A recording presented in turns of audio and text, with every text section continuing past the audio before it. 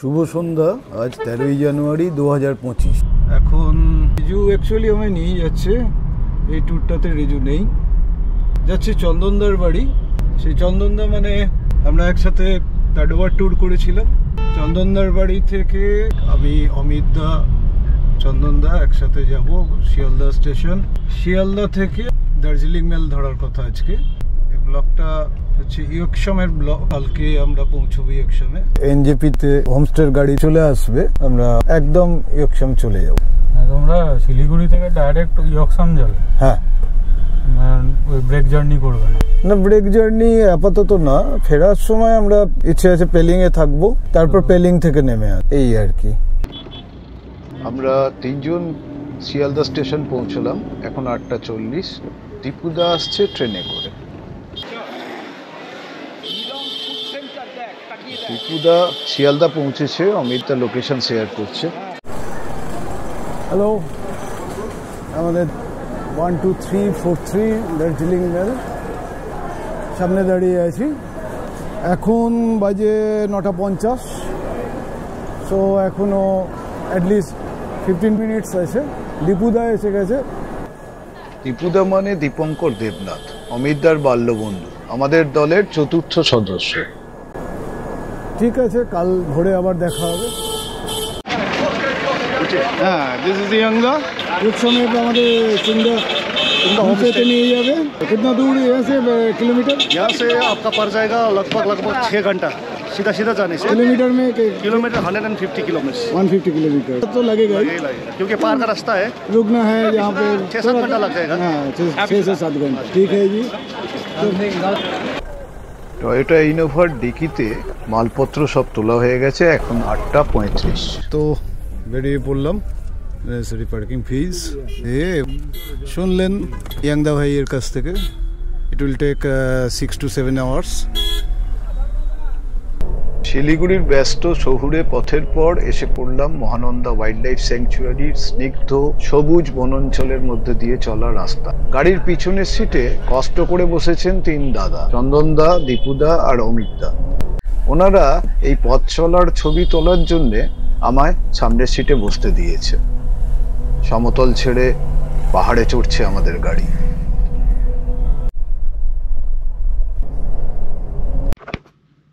নিকল যেতে এক minute. লীলামণি family restaurant, এখানে আমরা ব্রেকফাস্টের জন্য দাঁড়ালাম। এখন সকাল 10টা বাজে। অ্যাম্বিয়েন্সটা বেশ ভালো, মোটামুটি চারপাশে পাহাড়ে ঘেরা। এখন খাবারটা যে কারণে এখানে আসা, সেটা কিরকম দেখা যাক।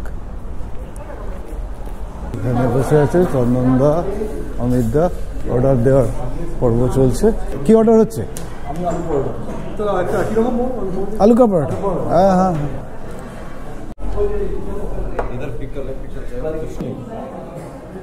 লোহাপুলের এই রেস্টুরেন্টে আমাদের 4 জনের আলুর পরোটা আর কফি খরচ পড়লো 680 টাকা। খাবার মন্দ নয়। এখন প্রায় 11টা বাজে, স্টার্ট করছি। এখনো যেতে হবে 104 কিলোমিটার।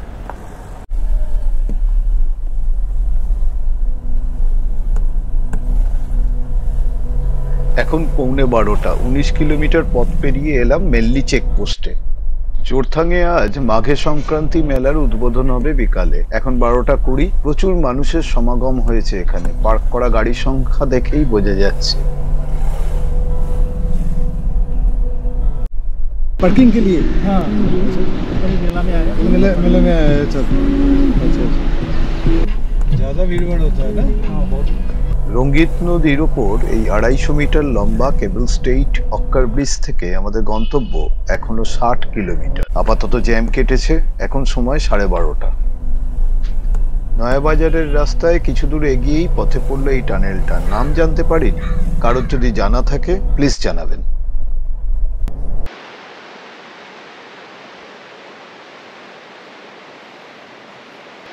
জঙ্গলাকীর্ণ পাহাড়ি পথে হঠাৎ পেয়ে গেলাম এই ব্রিজটা। রাস্তার ধারের একটা ছোট্ট দোকানে মোমো দিয়েই সেরে নিলাম লাঞ্চ। ব্রিজটার একধারে আবার একটা ছোট্ট ওয়াটারফলস। ভারী সুন্দর জায়গাটা। চুংদা হিডেন হোমস্টে। এখন বেলা 4টে বেজে গেছে। পৌঁছেছি প্রায় মিনিট 15 আগে। সামনের বাঁদিকে আর ডান দিকের দুটো রুম আমাদের দেওয়া হয়েছে।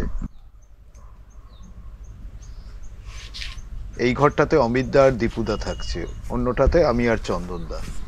গিজার, কোমোড, সুন্দর ব্যবস্থা বাথরুমে। ঠান্ডাটা আছে, খুব যে হাড় কাঁপানো তা নয়।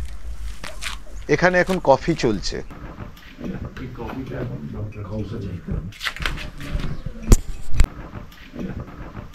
আমি আর অমিতদা উঠে পড়েছি। অমিতদা, good morning. Good morning from Chungda hidden homestay. এখন 6:10, সবে সূর্যোদয় হচ্ছে। ঠিক সূর্যোদয়ের আগের মুহূর্তটা, প্রাক মুহূর্ত, পাহাড়ের পরিবেশ একখানা সুন্দর থাকে। গাছের ফাঁক দিয়ে অনেক দূরে একটুখানি আলো টালো দেখা যাচ্ছে। কালকে চুংদাজি বললেন ওইটা হচ্ছে মানে এই সামনে যে সাদা বাড়িটা আছে তার মাথার ওপর যে গাছটা, তার মাঝখানে ফাঁকে যেটা দেখা যাচ্ছে এটা পেলিং। আমার মনে পড়ে গেল 2000 সাল খুব সম্ভবত পেলিংয়ে একটা ফ্যামিলি ট্যুর হয়েছিল। তা সেই ওখানে গারুদা হোটেলে এরকম ভোরবেলা এই দিকে সূর্যোদয় হচ্ছে এরকমই। হোটেল ওনার কি তার কোনো পরিবারের সদস্য হবেন, আমার এখন আর অতটা মনে নেই, ওনারাও ছিলেন। তো সেই সময় ঠিক এখন যেভাবে দেখছি এখান থেকে পেলিং, ওইভাবে ওখান থেকে ইয়কসাম দেখিয়েছিলেন। তো এতগুলো বছর লাগলো আমার ইয়কসামে আসতে। চুংদা হোমস্টে থেকে হেলিপ্যাড গ্রাউন্ডটা এরকম দেখায়, একটু ক্লোজ করে দেখাচ্ছি। হেলিপ্যাড গ্রাউন্ডে গাড়িটা একটা পাক খেয়ে দাঁড়ালে, ও আরো কয়েকটি গাড়ি এখানে রয়েছে।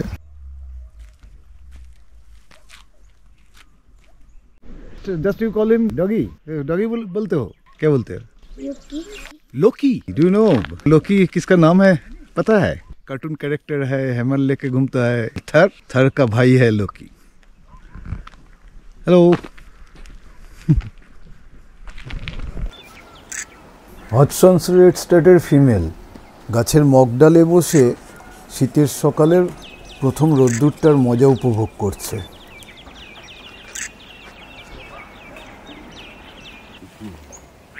এটা সেই রেড ভেন্টেড বুলবুল, সমতলে আমাদের বাড়ির আশপাশে যাকে প্রচুর পরিমাণে দেখা যায়। এখানে একটু পাহাড়ি বৈচিত্র্য আছে, সে কথা থাক। আমরা আমাদের হোমস্টে থেকে বেরিয়ে হাঁটতে হাঁটতে চলে এলাম হেলিপ্যাডের দিকে। এখানে একটু বাড়িঘর রয়েছে আর কি। কি নাম বললে এটা? ইয়কসাম কলোনি। এটা ইয়কসাম কলোনি বলছেন এনারা। সুন্দর রাস্তা, ঝকঝকে তকতকে। এটা দেখিয়ে হ্যাঁ, লিটার বিন নোংরা কোথাও পড়েনি। একদম একদম। এখানে একটা ম্যাপও রয়েছে, সাম ডুজ অ্যান্ড ডোন্টস এখানে লেখা আছে, পড়ে নিতে পারেন। মানে for mountaineers, trekkers, trekking service providers, trekking companies. এখান থেকে কাঞ্চনজঙ্ঘা ন্যাশনাল পার্কে যাওয়ার জন্য আপনারা অনেকেই জানেন ইয়কসাম হচ্ছে জংড়ি বা ওইদিকে ট্রেকিং এর শুরুর জায়গা। এটা হচ্ছে কাঞ্চনজঙ্ঘা ন্যাশনাল পার্কের একটা ম্যাপ দেওয়া রয়েছে, cultural map of Kanchenjunga national park. কি কি দ্রষ্টব্য ইন ডিটেলস এখানে রাখা আছে। কাঞ্চনজঙ্ঘা ন্যাশনাল পার্কের office, souvenir shop, library. Actually এটা অনেক ইন্টারন্যাশনাল ট্রেকার্স, টুরিস্ট আসেন এখানে। জায়গাটা সেইভাবেই সুন্দর করে রাখা আছে। সুভেনির শপ বোধহয় খোলাই রয়েছে, না এটা এখনো খোলেনি, এখন 8টা বেজে গেছে, এখনো সময় হয়নি, বেলার দিকে হয়তো খুলবে। Checkpost Kanchenjunga national park, no pets allowed. এই হেলিপ্যাড গ্রাউন্ড দেখা যাচ্ছে বাঁদিকে, আর রাস্তাটা এরকম পতাকা দিয়ে সাজানো। অদ্ভুত, এরকম কালারটা আগে কোনোদিন দেখিনি। এটা আসাম ডোয়ার্ফ ব্যানানা, মুসা ম্যানিয়াই হতে পারে, শিওর নয়। কারোর জানা থাকলে একটু জানাবেন প্লিজ। এসে গেলাম হেলিপ্যাড গ্রাউন্ড। স্নোফল হয়, স্নোফল তো হবে। মিনিস্ট্রি অফ জল শক্তি, সেন্ট্রাল ওয়াটার কমিশন কি হেলিপ্যাডে? ও, ওদের লোকজন ওঠানামা করবে ওই ড্যামের জিনিসপত্র বা ইন্সপেকশন। দীপুদা, এটা কি কাবড়ু? হ্যাঁ, কাবড়ু।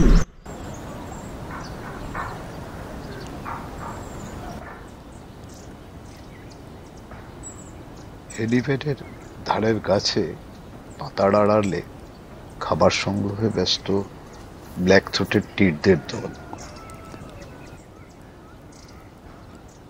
পাতার ওপর বা নিচ থেকে এরা ছোট পোকা বা মাকড়সা খাচ্ছে।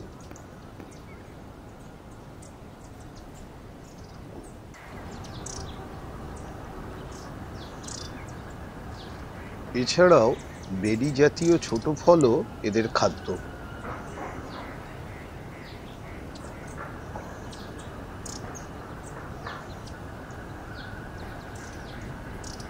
সকালের মিঠে আলোয় ওদের রংচঙে শরীর একদম ঝলমল করছে।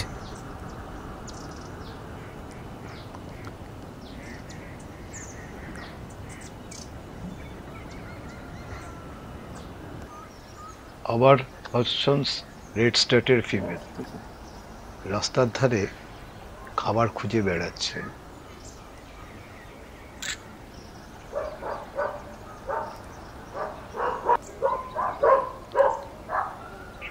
এখন বেলা 2:30। আমাদের হোমস্টেতে ব্রেকফাস্ট আর ডিনারের চার্জ ধরা আছে, তাই আমরা লাঞ্চ করতে বেরিয়েছি। এই ছোট রেস্টুরেন্টটা জংড়ি যাওয়ার রাস্তাটা ঠিক যেখান থেকে উঠেছে তার উল্টো দিকে। এখানে আমরা খাচ্ছি ভাত, ডাল, আলু ভাজা আর ডবল ডিম, ₹170 পার হেড।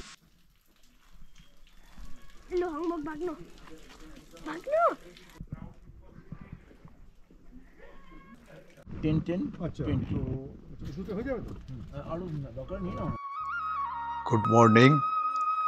ঘড়িতে এখন সকাল 6:30, 16ই জানুয়ারি 2025। ইয়র্কশামের আকাশে এখন মেঘেরা দৈনন্দিন হোলি খেলায় ব্যস্ত।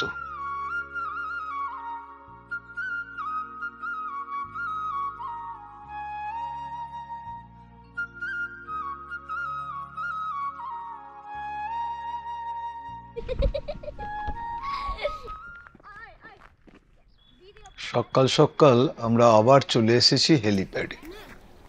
তারের উপর বসে দুটো ওরিয়েন্টাল টার্টল ডাব এক মনে পালক পরিষ্কার করে চলেছে। হেলিপ্যাডের ঠিক পাশে একটা বাড়িতে কিছু সিম্বিডিয়াম অর্কিড ফুটে আছে। পাশে লাল পয়েন্সেটিয়ার পাতাগুলো বেশ লাগছে। এখন যাদের দেখছেন ডাক বা প্রায় একরকম দেখতে হলেও এগুলো কিন্তু আমাদের রোজকার দেখা চড়াইগুলি নয়। দুটো পার্থক্য আছে। এক, এরা ছেলে বা মেয়ে পাখি একই রকম দেখতে, আর দুই হলো এদের মুখের দুপাশে একটা কালো দাগ আছে, অনেকটা হেডফোনের মতো। এরা হলো ইউরেশিয়ান ট্রি স্প্যারো। পাহাড়ি এলাকায় এদের দেখা মেলে। হেলিপ্যাড থেকে ফিরতে ফিরতেই আকাশে মেঘের সমাবেশ দেখা গেল। অগত্যা হোমস্টের বাঁদিকের পথ ধরে ডোবরি মনাস্টারি ট্রেকের পরিকল্পনা বাতিল করতে হলো। হোমস্টের সামনের লনে ব্রেকফাস্ট করতে করতেই চোখে পড়ল সামনের গাছের ডালে মহা ব্যস্ত গ্রিনব্যাক টিট। ব্যাস আর কি, ব্রেকফাস্টের দফা দফা। আমাদের সমতলে গ্রেট টিট বা রামগাংরা নামের সাদা, কালো ও ধূসর রঙের একটা ছোট পাখির দেখা মেলে। এ তাদেরই পাহাড়তুতো আত্মীয়।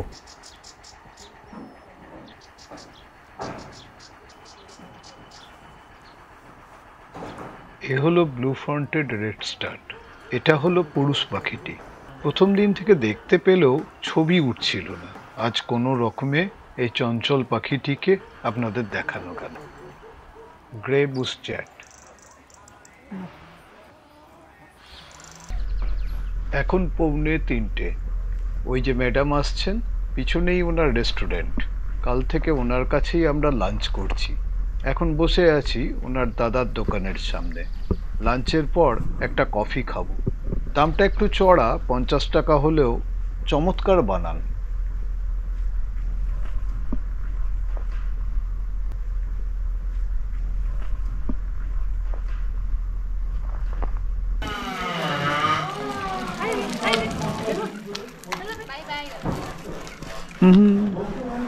Bye bye.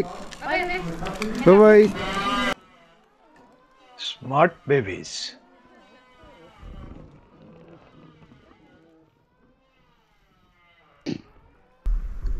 যে কফি শপের সামনে বেঞ্চে বসেছিলাম তার পাশ দিয়েই সিমেন্ট বাঁধানো সিঁড়ি উঠে গেছে ওপরে। এই হলো জংড়ি বা গোয়েচালা ট্রেক, মানে কাঞ্চনজঙ্ঘা ন্যাশনাল পার্কে ট্রেকিং এর রাস্তা।